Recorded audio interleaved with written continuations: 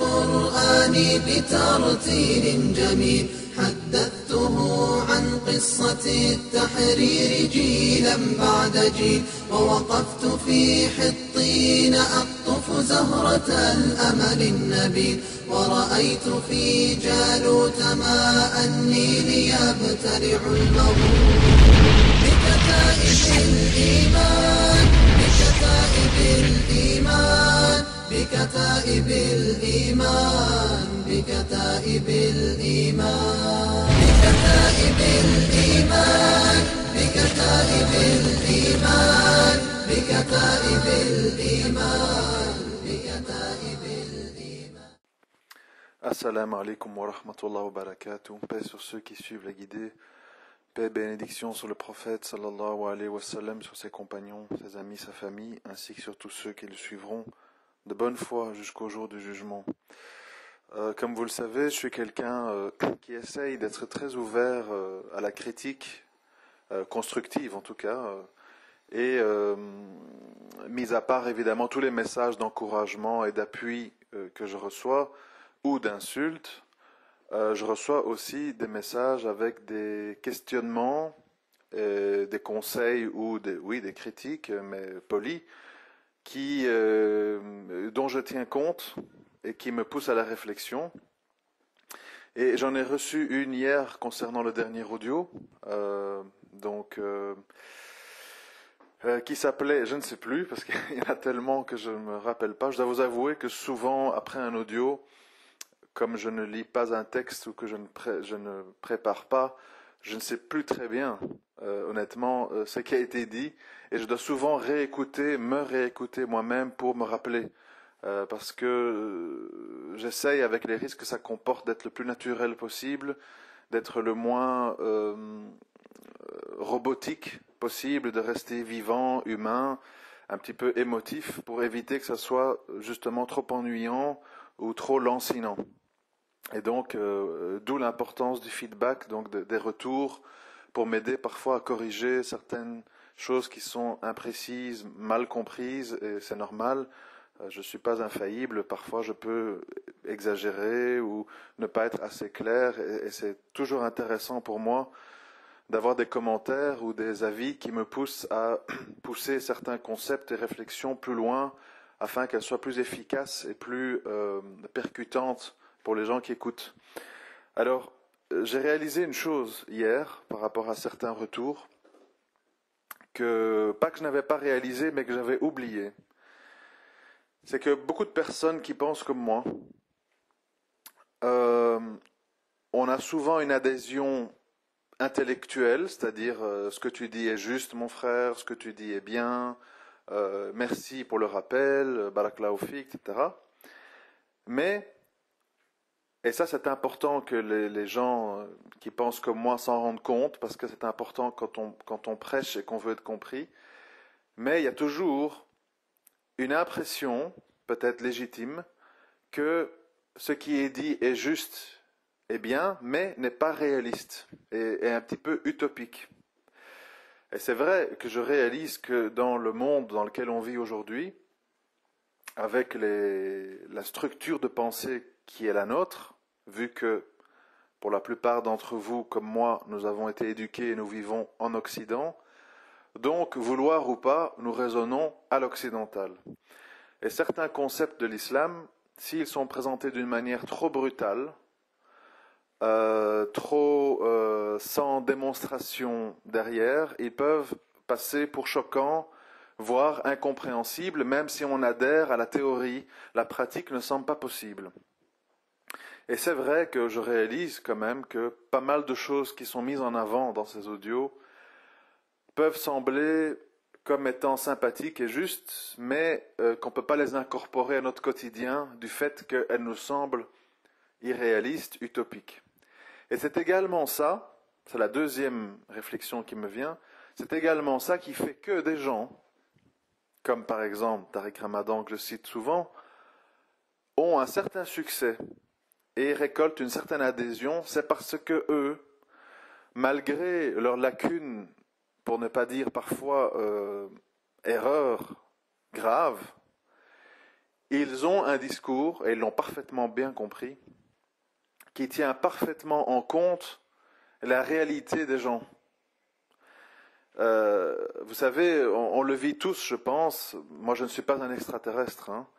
On le vit tous. Nous avons nos idéaux, nos théories et puis notre vie. Et c'est vrai que bien souvent dans notre vie, on est assez loin de nos idéaux et de ce qu'on rêverait, ce qu'on voudrait, etc. D'où cette fameuse schizophrénie que je dénonce souvent, qui fait qu'on est musulman sur Facebook. Et dans la vraie vie, ben finalement, on l'est dans le cœur, mais dans notre façon de vivre, dans tous les jours, c'est pas tout à fait ça. Alors, une fois qu'on réalise cela, je crois que c'est très important de s'attaquer à ce problème du réalisme et de l'utopie. Parce que, si on laisse les discours réalistes, ou qui semblent réalistes, entre les mains de certaines personnes bien précises, et que nous, on s'acharne à exposer un islam orthodoxe, théorique, certes vrai, mais qui ne touche pas le cœur des gens dans leur réalité, on aura beau avoir des gens qui disent « Mashallah, Mashallah, c'est bien », on ne va pas vraiment influer sur leur vie de tous les jours. Et moi, je fais l'autocritique, je l'avoue.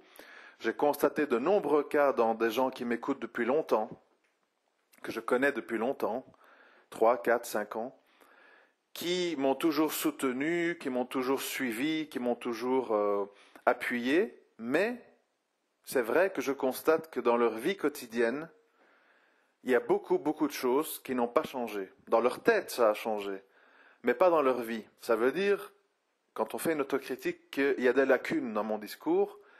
Dans ce que je prêche, il y a une méthodologie qui est défaillante. Et c'est ça auquel je veux m'attaquer à l'avenir, Inch'Allah, c'est d'essayer de faire comprendre aux gens que l'islam n'est pas une utopie, qu'il y a moyen de le vivre, et il faut expliquer comment c'est possible. Et surtout aussi expliquer pourquoi les autres, qui semblent tellement réalistes, ne le sont pas. Je voudrais commencer avec un exemple, Inch'Allah.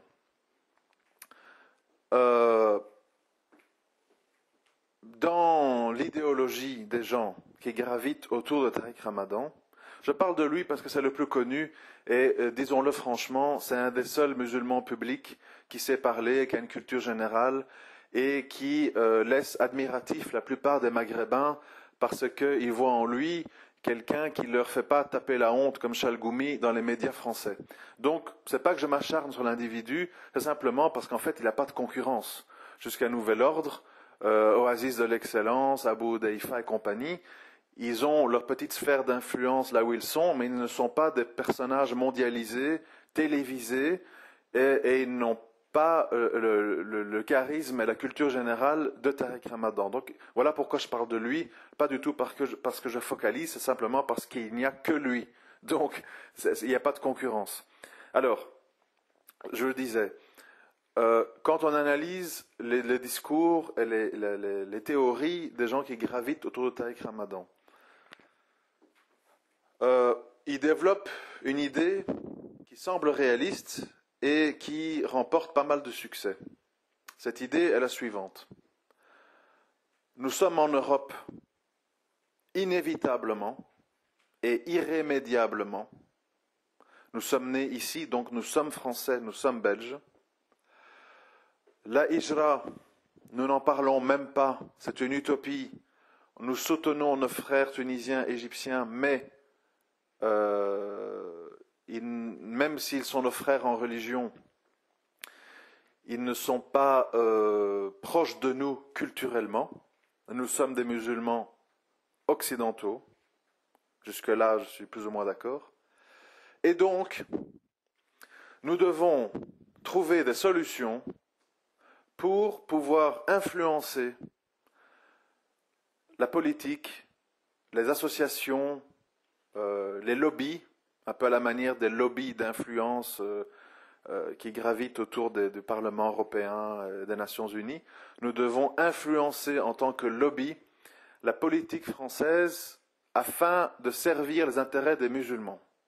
Voilà pourquoi nous appelons à nous impliquer en politique, à voter et à chercher à influencer le déroulement des élections. Et donc, nous devons faire tout ce qui est possible pour faire barrage à l'extrême droite, parce que l'extrême droite va nous enlever tous nos droits.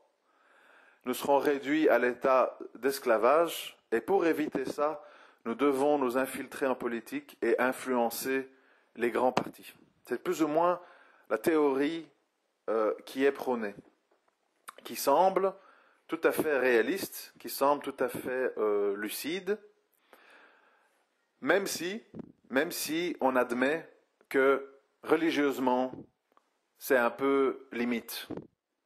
Et donc, on est dans une position ambiguë, comme beaucoup d'entre vous, vous me le dites, vous dites, j'aime beaucoup ce que tu dis, mais c'est vrai que quand même, j'ai aussi une certaine affection et un certain attrait pour Tariq Ramadan. Et pourquoi? Parce que, comme je viens de le dire, il tient un discours qui résonne en nous comme quelque chose de faisable et de réaliste, même s'il est en porte-à-faux avec certains principes de la religion. Alors, pourquoi ce genre de doctrine qui semble réaliste, en fait, ne l'est pas? Elle ne l'est pas. Pour une raison extrêmement simple que je vais vous expliquer d'une manière, à mon avis, très, très simple à comprendre. Quand on analyse les discours et les positions de tous les partis présents en France, Front de gauche, communiste, écologiste, le centre, l'UMP, le PS et le Front National. Je crois que j'ai plus ou moins cité tout le monde, le reste étant vraiment insignifiant. Il faut comprendre que ces gens, ils ont un socle et un dogme commun, qui est le dogme des droits de l'homme, de la démocratie, de l'égalité homme-femme, du droit à l'amour entre n'importe quel adulte consentant, sauf s'ils sont plus que deux, entre guillemets, polygamie, etc. Et donc, évidemment, l'islam et ses principes, l'islam et ses revendications des musulmans ne peuvent pas trouver écho dans aucun parti politique. Parce que même s'ils ne sont pas d'accord sur l'économie, sur la façon de répartir et de gérer les impôts sur les sociétés, sur les individus, s'ils ne sont pas d'accord sur l'aménagement du territoire et que faire avec les centrales nucléaires, etc., etc., sur le socle du dogme, ils sont tous d'accord. Je vous défie, et je l'ai déjà dit, de me trouver un seul politicien français qui, publiquement en tout cas, dit les musulmans ont le droit d'être gérés et gouvernés dans leur pays par les dirigeants qu'ils désirent, même si ce sont des islamistes qui veulent appliquer la charia. Personne ne va vous dire ça. Je vous défie de trouver un politicien français qui dit « Il est légitime que des femmes musulmanes ou non musulmanes éprouvent le désir d'aller nager à la piscine sans être épiées par des pervers derrière les vitres ou sous l'eau. Non, une femme libérée doit obligatoirement être jetée en pâture au milieu des hommes au nom de la mixité sociale. Vous devez écarter vos cuisses quand vous faites vos brasses en acceptant que derrière vous nage un type avec des lunettes de natation qui vous regarde. Ça, c'est la liberté. Tout le monde est d'accord là-dessus. Et celui qui ose mettre un petit bémol sur ces principes est automatiquement montré du doigt comme anti-républicain, anti-laïcité, anti-mixité, communautariste, favorisant ceci, favorisant cela. Il est automatiquement mis au coin avec un bonnet d'âne et se retrouve complètement grillé. Pourquoi?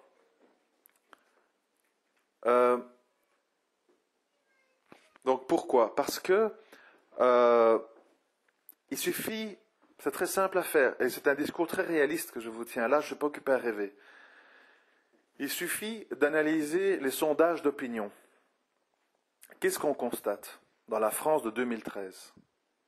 On constate que les personnages politiques les plus appréciés du PS, de l'UMP ou du FN sont les gens qui ont très étrangement des points communs entre eux.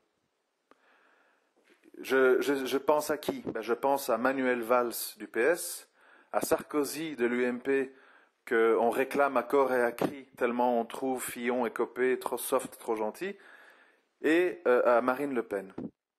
Quel est le point commun de ces gens? Ces trois personnages, qui sont les plus aimés des Français, sont très clairement dans des postures islamophobes, sont très clairement pour que les droits et les revendications des musulmans soient minimales, le moins possible. Et en fait, ce qui se passe est très simple, sans rentrer dans la politique profonde, juste en survolant, c'est que tout simplement, une majorité écrasante de Français adhèrent aux théories et aux principes du FN, donc de Marine Le Pen, mais pour toute une série de raisons très compliquées, ils n'ont pas le courage de voter pour ce personnage qui est décrit comme nazi, hitlérienne, qui va mettre la France en danger, qui va faire sortir la France de la zone euro et compagnie. Et donc, ils cherchent dans les grands partis, et donc ils le trouvent en la personne de Sarkozy et Manuel Valls, ils cherchent des gens qui ne leur font pas trop peur, mais véhiculent les mêmes idées. Et quand on analyse, on met en parallèle les discours ou les réactions de Manuel Valls, Sarkozy et Marine Le Pen, c'est très très proche. Ça se ressemble beaucoup. Sauf que du côté de l'UMPS, c'est plus fin, c'est plus malicieux, c'est plus indirect, quoique ça l'est de moins en moins. Donc, quand des musulmans, bien propres sur eux, vous déballent une doctrine sur la base que la hijra est utopique, etc., qu'il faut s'infiltrer en politique et influer, ils ne tiennent pas compte de tout ce que je viens de dire. C'est comme si ça n'existait pas. C'est comme si une minorité de Maghrébins dans laquelle il y a une minorité de musulmans, parce que je vous rappelle quand même que sur les 5-6 millions de Français d'origine algérienne, ils ne sont pas tous pratiquants. Au contraire, nombreux d'entre eux sont des harkis, des démocrates, des laïcs, des nationalistes qui voient d'un mauvais œil, des revendications purement religieuses. Donc il ne faut pas compter sur 5-6 millions de gens, il faut plutôt compter sur 500-600 000 personnes. Et donc on voudrait nous faire croire que notre quotidien, que l'éducation de nos enfants, que nos revendications peuvent être entendues sur la base de 500-600 000 personnes qui pourraient influencer. Mais comment voulez-vous influencer, écoutez bien s'il vous plaît, comment voulez-vous influencer des partis politiques qui savent qu'il y a des millions de Français, pas 500 000, des millions de Français qui vont les mettre sur la touche s'ils n'ont pas un discours dur sur l'islam. Donc, l'influence est impossible, parce que dans le calcul électoral, les politiciens français, même par opportunisme, qui oseraient défendre les musulmans ou leur donner des droits, seraient automatiquement sanctionnés puisque la masse française, la masse écrasante des Français, désire un président ferme et dur sur la laïcité et sur la question de l'islam. Donc, nous sommes perdants d'avance. Voilà pourquoi j'ai toujours soulevé l'idée que c'est un pari, et c'est un jeu dangereux que de dire aux musulmans, vous êtes français, votre place est ici et vous pouvez avoir de l'influence. Ce n'est pas vrai. Ce n'est pas vrai. Vous pouvez avoir de l'influence peut-être au niveau local pour avoir un maire qui va vous laisser construire une mosquée, qui va vous donner un permis de bâtir. Ça, c'est possible. Mais à nouveau, on postpose le problème. Dans cette mosquée, qu'est-ce qu'on va pouvoir y dire? Vous savez comme moi que dès qu'un imam dit un mot au-dessus de l'autre, dès qu'il est un tant soit peu intègre, il est automatiquement expulsé. Et d'ailleurs, il ne faut même pas attendre que les autorités agissent. Les responsables et les gens qui ont participé au financement de la mosquée vont être les premiers à vouloir mettre sur la touche un imam trop zélé au profit d'un imam de la République de type Chalgoumi qui va permettre de tenir la boutique ouverte sans risquer d'être fermé ou d'être mis à l'index. Donc même si on ouvre cette mosquée parce qu'on a pu influencer sur l'élection d'un maire, on postpose le problème qui est de savoir qu'est-ce qu'on va pouvoir y dire dans cette mosquée. Quelle idée on va pouvoir défendre dans cette mosquée? Est-ce que ça va devenir un centre culturel pour que les gens de tel ou tel pays, puisque maintenant on est dans les mosquées turques, les mosquées marocaines, les mosquées algériennes, hein, on n'est même pas capable de se mélanger entre pays, et là-dedans, en fait, sont des centres culturels où on se retrouve entre gens du même bled, du même village, et on discute de tout et de rien, mais surtout pas de religion, de principes et de concepts liés à l'islam. On parle des grandes lignes, apprendre l'arabe, tajwid, se retrouver le vendredi pour prier, faire tarawih, s'organiser pour abattre le mouton et compagnie. Bon. Donc, je crois que vous pouvez tous comprendre, même si vous n'êtes pas d'accord avec moi, même si vous jugez que j'exagère, même si vous jugez que je suis un émotif ou je ne sais pas quoi, je pense que vous pouvez tous comprendre, avec cette démonstration de combien, de même pas 20 minutes, que le discours tenu par ces gens est un discours qui, lui, est vraiment utopique, voire mensonger. Ou bien, il faut me le démontrer. Invitez-moi. Moi, j'attends. Invitez-moi autour d'une table avec Nabil El-Nasri, avec Tariq Ramadan, etc. Et on va discuter. Moi, j'ai pas peur de discuter parce que je suis sûr de ce que je dis. Je suis sûr de ce que je dis parce que je suis occidental. Je connais les occidentaux. Je connais l'histoire. Je connais les mentalités. Parce que moi, je passe dans les milieux occidentaux pour non-musulmans. Puisque je n'ai pas une barbe très proéminente. Bon, Allah m'a fait comme ça. Les gens ne savent pas. Et donc j'entends ce qu'ils disent, j'entends ce que le français ou le belge moyen pense. Moi je le sais. Et les gens croient, deuxième discours, deuxième point, voilà, on fait une pause. Deuxième point, deuxième discours qui semble réaliste et qui ne l'est pas. C'est le discours de type oasis de l'excellence. De nouveau, je ne lui en veux pas à lui personnellement. Moi, je suis dans des débats d'idées, vous comprenez? Moi, je n'ai aucune haine pour les gens. Je peux discuter avec tout le monde, un athée, un sioniste, un agnostique, un New Age, Oasis, Tariq, tout est bon. Je n'ai pas de haine personnelle. Mais simplement, je me donne le droit de débattre des idées.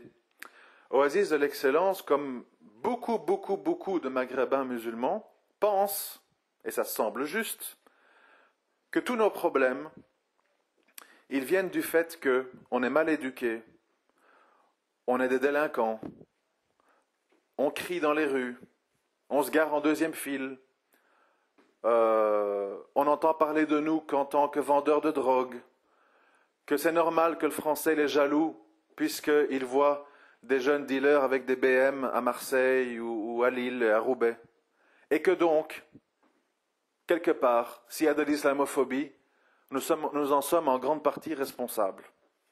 Et que donc la solution, c'est que nous soyons polis, gentils, qu'on ne fasse pas de vagues, qu'on invite tout le monde à apprendre l'arabe et à découvrir les merveilles du Coran, et que le problème ne vient pas du dogme islamique, il vient du mauvais comportement des musulmans.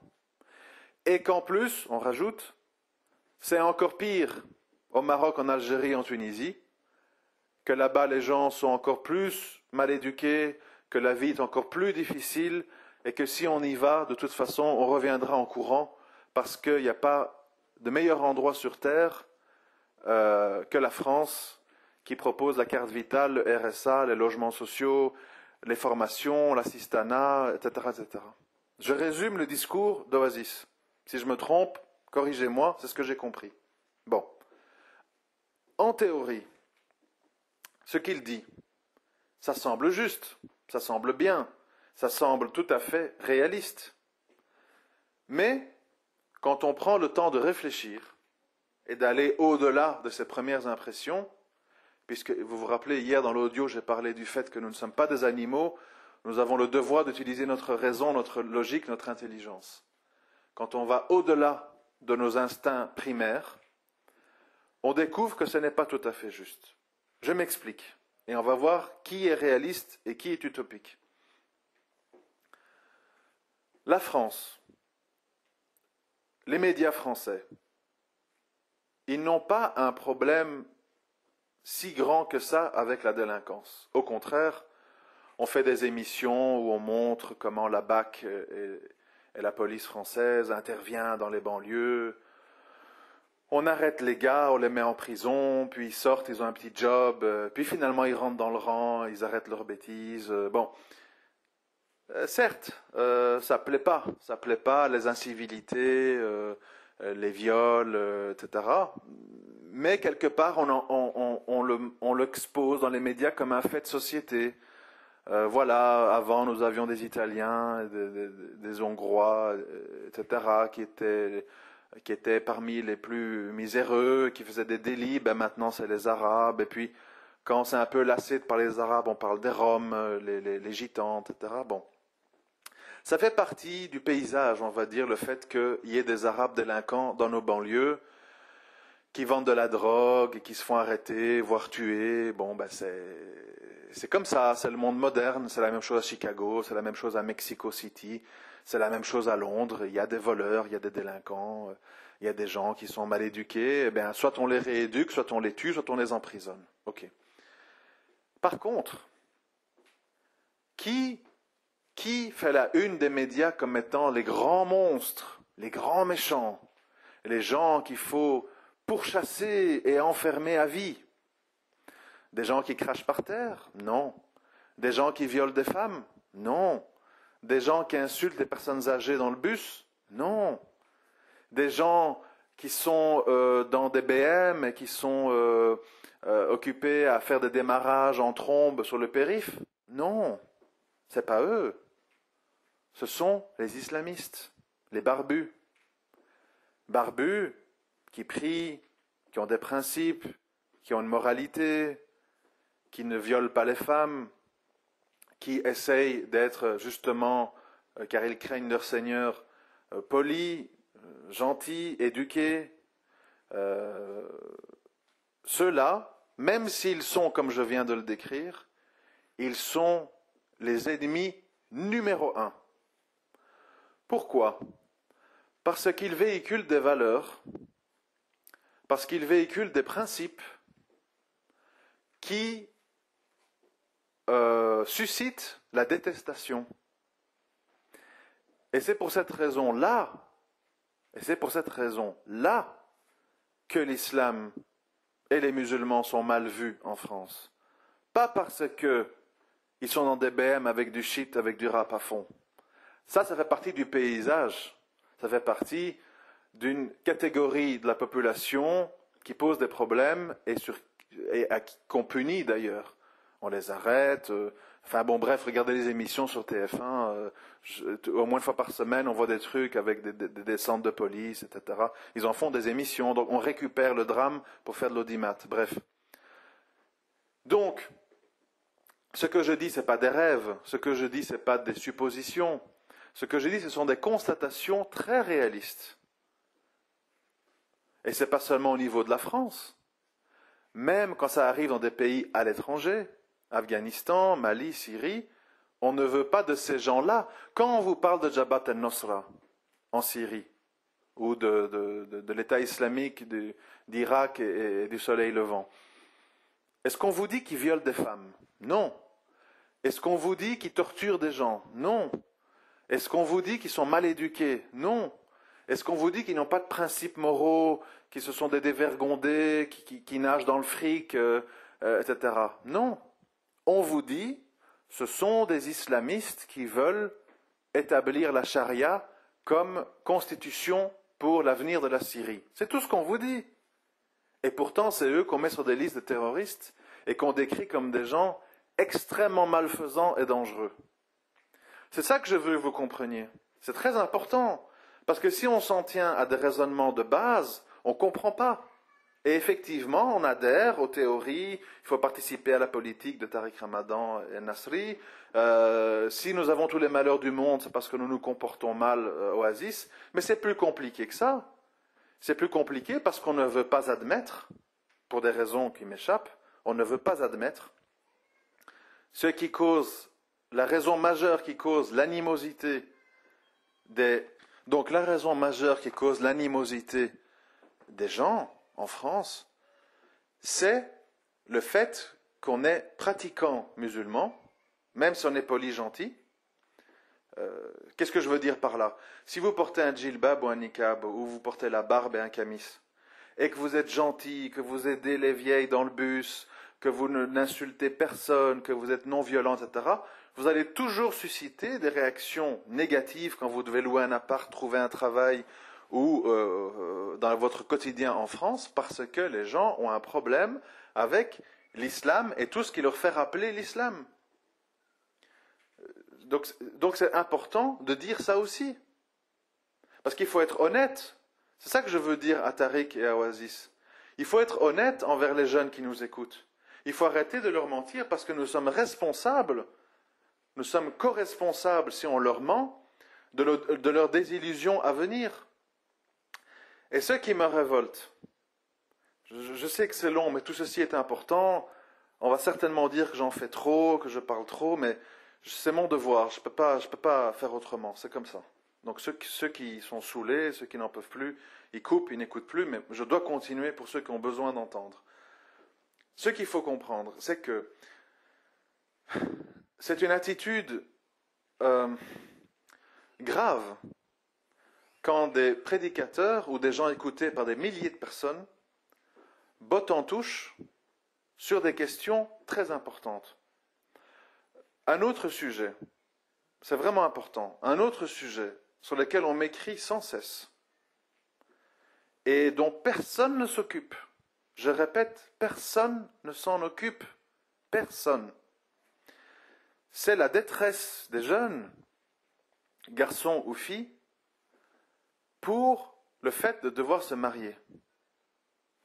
Je crois que les gens ne se rendent pas compte, pendant qu'on parle de politique, on est des méchants, on n'est pas assez polis, je ne sais pas quoi, les gens ne se rendent pas compte de la détresse dans laquelle sont les jeunes musulmans et les jeunes musulmanes sur le fait de garder leur chasteté et de rester des musulmans droits, tout en vivant ici et en devant faire face, en plus, aux difficultés dans la communauté musulmane à se marier.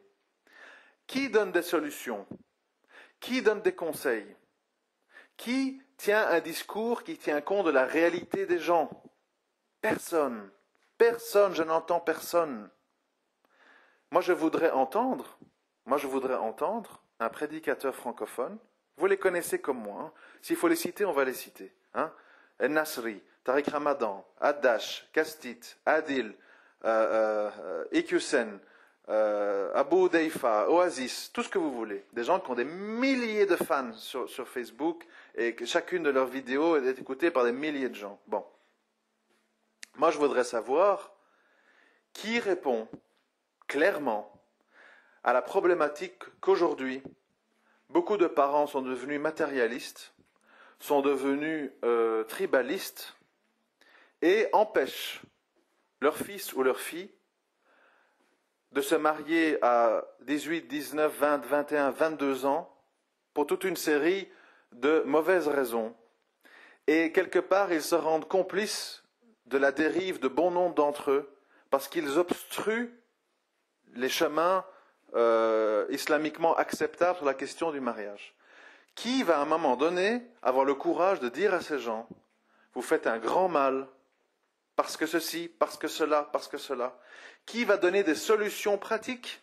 Parce que les parents aussi, ils vous répondent parfois, quand ils ne sont pas hypocrites, ils vous répondent parfois, mais qu'est-ce que tu veux que je fasse, mon frère? Est-ce que je peux donner ma fille à un garçon qui n'a même pas un appartement? Où est-ce qu'ils vont vivre? Comment ils vont faire? Ils vont se voir dans une voiture, dans un hôtel? C'est pas possible. Donc la communauté musulmane est confrontée à des vrais problèmes, des vrais défis. Surtout des défis liés de près ou de loin à l'économie. Parce qu'aujourd'hui, nous sommes dans un monde où tout ramène à l'économie.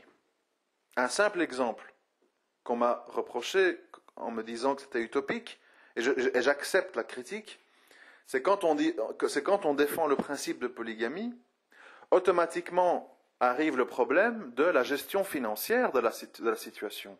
En effet, aujourd'hui, vous le savez comme moi, impossible de se loger à Paris, à Bruxelles ou ailleurs pour moins de 500 € par mois. Donc, c'est un élément nouveau. À l'époque du prophète sallallahu alayhi wa sallam, les gens, les coépouses, les gens, ils vivaient dans une pièce. Et c'était des pièces qui étaient sous tente ou construites sans devoir rendre de compte à personne. Il n'y avait pas les cadastres, il n'y avait pas les assurances, il n'y avait pas les voisins, il n'y avait pas les loyers, c'était pas comme ça. Donc effectivement, aujourd'hui, nous sommes dans toute une série de problématiques qui nous relient à l'argent. Même chose avec la hijra, quand on parle d'utopie. Pourquoi c'est utopique pour beaucoup de gens? Parce que c'est lié à l'argent. Il faut comprendre.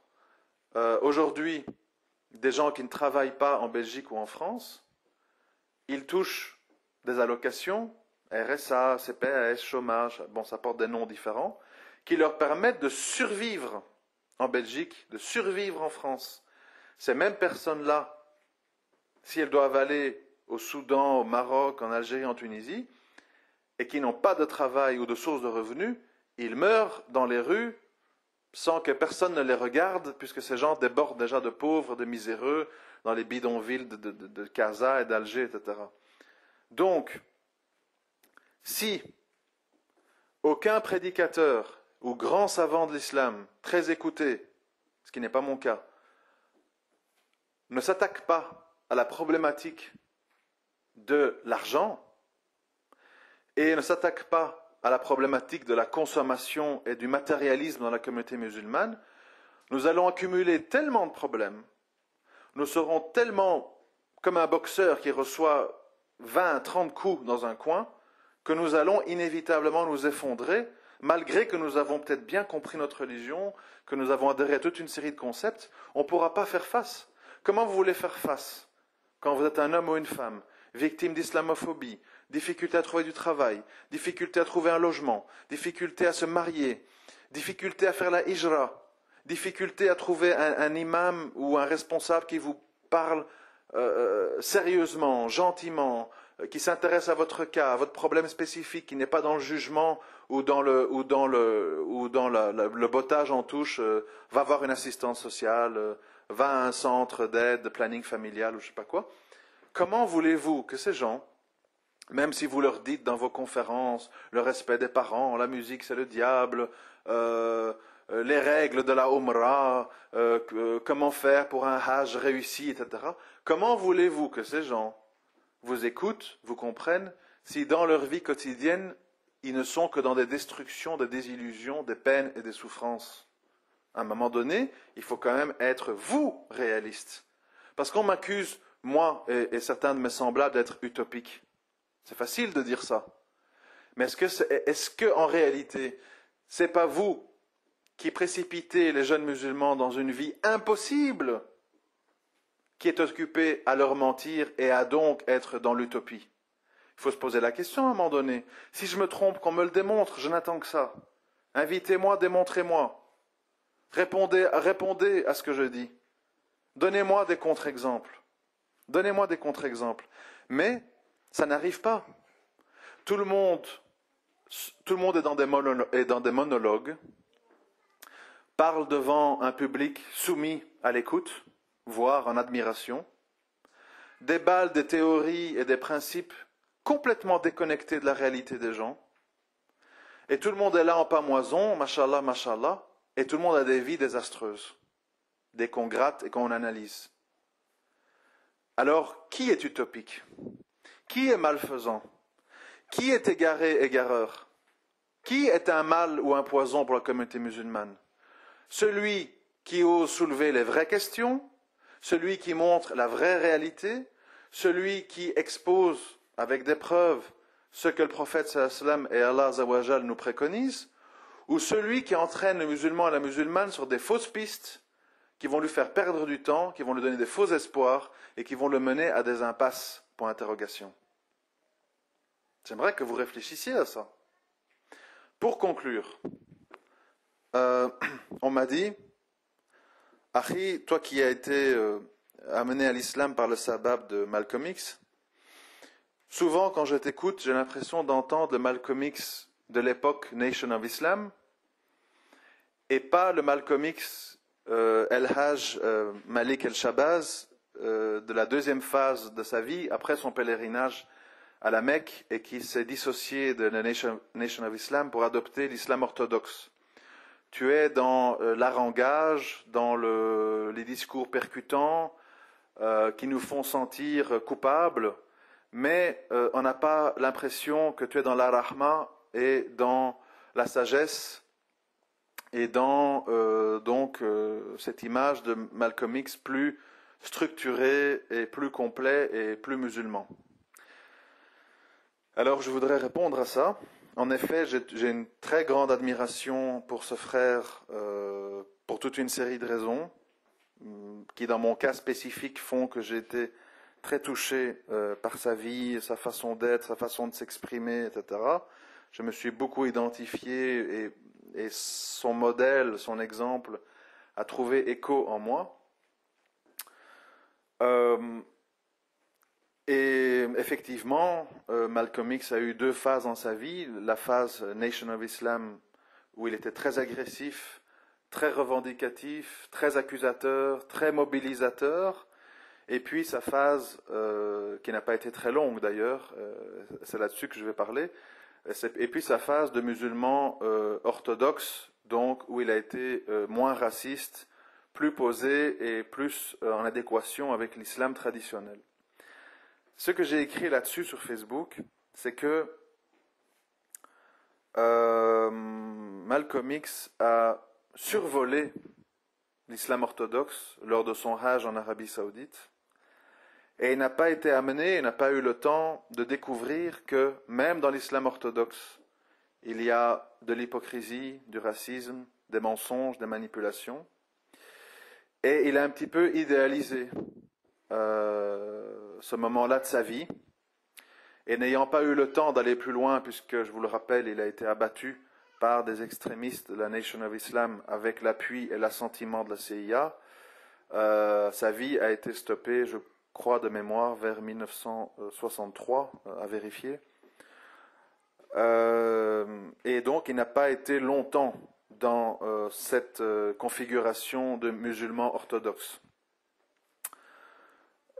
Qu'est-ce qui est arrivé à Malcolm X? C'est que quand il a découvert que dans la Nation of Islam, comme c'est souvent le cas dans tous les groupements humains, la plupart des gens n'étaient pas des idéalistes, n'étaient pas des gens qui étaient là pour le bien, ils étaient là pour s'enrichir, pour coucher avec des femmes, pour tirer profit de tout ça. Il a été désillusionné, il a été déçu parce que lui était authentique, et rares sont les hommes authentiques dans ce monde.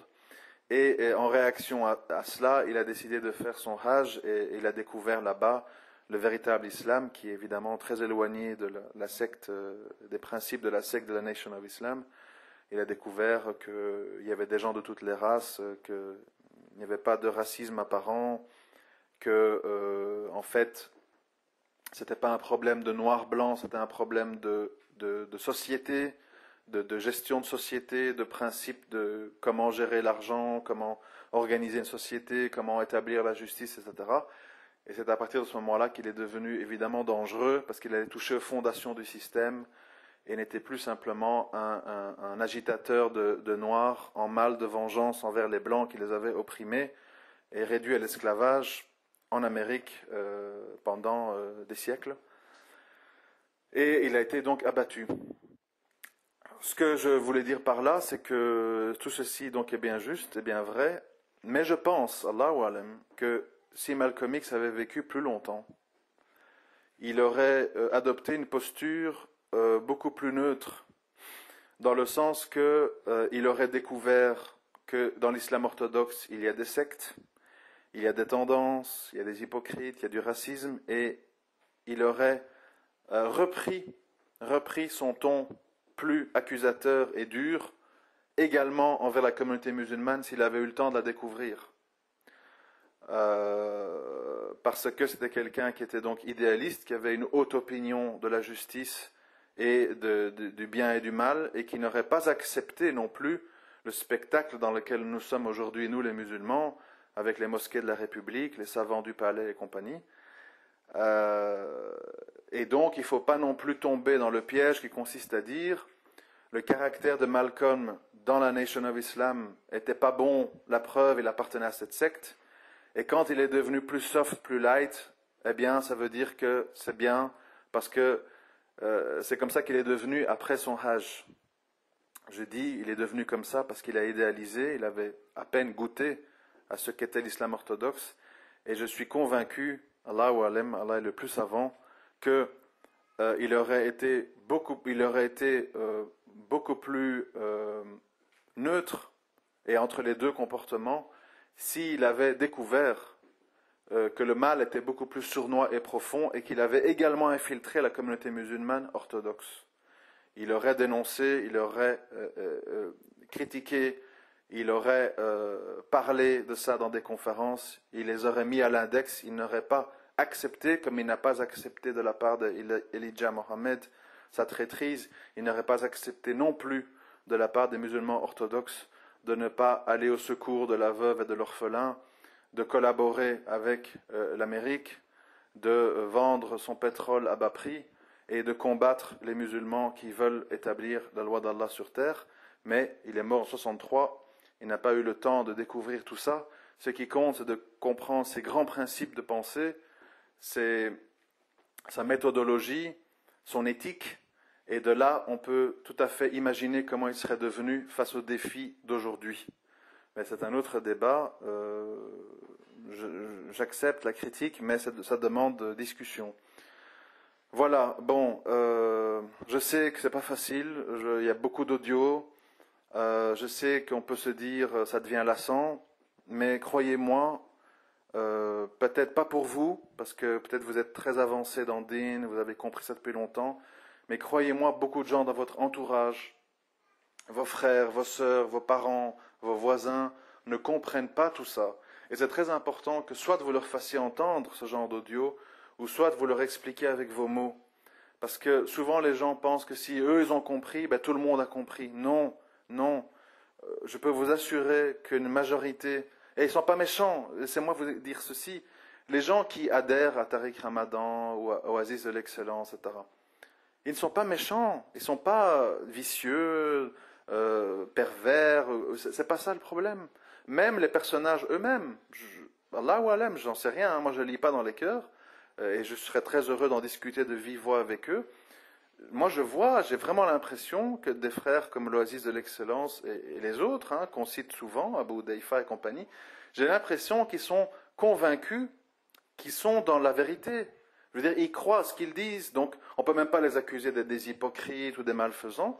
Je pense, et Allah est le plus savant, je pense que c'est des gens avec qui il faut discuter, avancer des arguments, et peut-être, Allah est capable de tout, et peut-être qu'ils peuvent changer certaines attitudes, certaines conclusions à laquelle ils sont arrivés. Parce que comme me le disait un frère hier par écrit, ou une sœur, je ne sais plus, et qui est tout à fait juste, il faut tenir compte du fait de la réalité de l'histoire des gens. Peut-être Oasis de l'excellence dit ce qu'il dit, parce qu'il a vécu des moments très difficiles dans son pays, il a dû faire face à de grandes injustices, et il voit qu'en France, c'est moins grave. Et donc, toute son interprétation religieuse de l'islam est modelée et encadrée et soumise à son expérience personnelle. Alors je la comprends, son expérience personnelle, mais ça ne veut pas dire que c'est juste. C'est pas parce que mon père m'a frappé ou ma mère ne m'a pas donné d'amour que je dois commencer à développer des théories généralisantes envers tous les hommes et toutes les femmes. C'est mon cas spécifique que je dois résoudre avec moi-même et je ne peux pas commencer à généraliser ma problématique à moi. Quand on parle d'un problème, c'est quand il est englobant, qu'il y a beaucoup de gens qui sont dans le même cas. Quand je vous parle des problèmes de mariage des jeunes, c'est parce qu'ils sont des milliers et des milliers à être dans le cas. Allez voir les sites de rencontres musulmans, ça déborde de gens, c'est fou. Il y a une grande détresse. Et je dis que les gens qui ont une responsabilité ou du savoir, qui ne répondent pas à la détresse de ces gens, en se contentant de lieux communs, il faut un mahram, les règles de l'islam, on les connaît tous, les règles du mariage. La problématique, c'est comment on les applique dans notre réalité, une réalité où parfois des gens sont divorcés, ils n'ont aucun mahram autour d'eux, une réalité où les gens sont orphelins, sont isolés, sont convertis, etc., sont seuls dans leur minhaj. Moi j'ai des messages de frères qui me disent, dans le village où j'habite, je suis le seul du minhaj. Tous les autres sont soufis, ikhwan, néo-salafis, je suis tout seul. Vous ne vous imaginez pas la réalité des gens. Vraiment, les gens ne se l'imaginent pas. C'est pas facile. et ne pas leur répondre, ne pas tenir compte de leur réalité, moi je juge ça extrêmement grave de la part des gens qui ont des conseils ou du savoir qui peuvent partager et donner. Il faut vraiment que ces gens réfléchissent et se disent, est-ce que j'apporte des solutions aux gens? Est-ce que je réponds à leur détresse ou je défends ma paroisse, je défends mon concept, ma vie, ma vision? Ta vision, c'est ta vision. Ce que la Oumma te demande, c'est ce que je dois faire pour avoir une vie acceptable. Qu'est-ce que je dois faire pour pouvoir rester dans le halal? Qu'est-ce que je peux faire pour trouver des solutions à mes problèmes? Et il faut y répondre. On ne peut pas s'enfuir en se cachant derrière des lieux communs ou des réponses banales qui sont valables dans un contexte où l'islam est dominant, où l'islam est appliqué, où les parents craignent Allah, ce qui n'est pas le cas dans beaucoup de cas aujourd'hui. Soit on prend courage et on fait face, soit on s'enfuit, mais alors il ne faut pas se présenter comme un prédicateur et accepter d'avoir des milliers de gens qui vous écoutent et vous suivent. Parce qu'alors on est complice. Et là c'est grave. Voilà, je vous remercie de m'avoir écouté. Je m'excuse d'avoir été long et de publier autant d'audio. C'est parce que parfois c'est nécessaire. C'est pas facile d'expliquer tout ça par écrit. Imaginez-vous, à l'oral, ça prend déjà 3/4 d'heure, 1 heure. À écrire, c'est encore pire. On risque d'être mal compris parce qu'on n'a pas les intonations de voix, les bémols, etc. Donc, j'espère ne pas être trop pesant, mais Inch'Allah, c'est pour le bien. Et j'espère que j'ai pu éclaircir certains points qui étaient confus pour les uns et les autres. Assalamu alaikum wa rahmatullah wa barakatuh.